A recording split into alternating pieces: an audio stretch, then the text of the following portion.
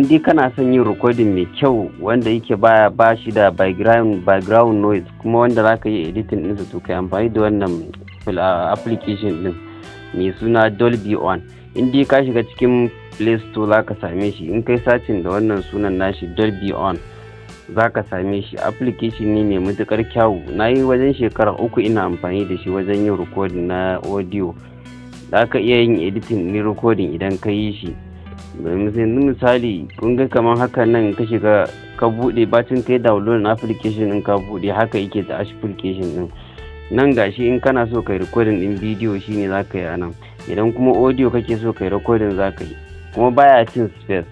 In ka danna wannan zai ma recording na audio, in ka danna wannan zai ma recording na video. Nan kuma abubuwan da ka riga kai recording ne gashi nan.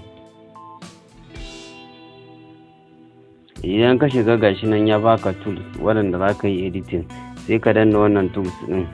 In ka danna su zai nuna maka abubuwa. Kun ga nan gashi noise, da aka ce noise, to shine in ka shiga nan za ka yi reducing ɗin background noise. In ka jawo nan sai ka danna nan ka yi reducing ɗin background noise. Za ka iya trimming na audio ɗin, za ka iya boosting ɗin adadin yanayin yadda kake son ƙararsa ta zamanto, za ka iya rage shi, za ka iya abin nan ɗinsa. Nan ma za ka iya gyara tone ɗin wannan sound ɗin, za ka iya gyara shi ko ta ina, kana sauraro kana gyara kana jin yadda yake.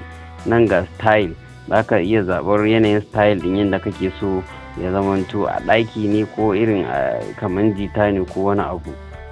So haka wannan application ɗin yake, yana da matuƙar amfani. Ai sharing ga 'yan uwa su masu amfana.